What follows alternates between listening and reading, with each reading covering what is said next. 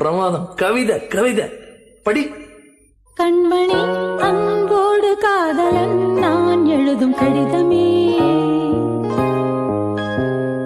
பொன்மணி உன் வீட்டில் சௌக்கியமா, நான் இங்கு சௌக்கியமே.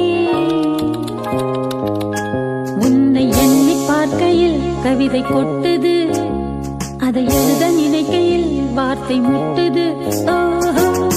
மனிதர் உணர்ந்து கொள்ள இது மனித காதல் அல்ல,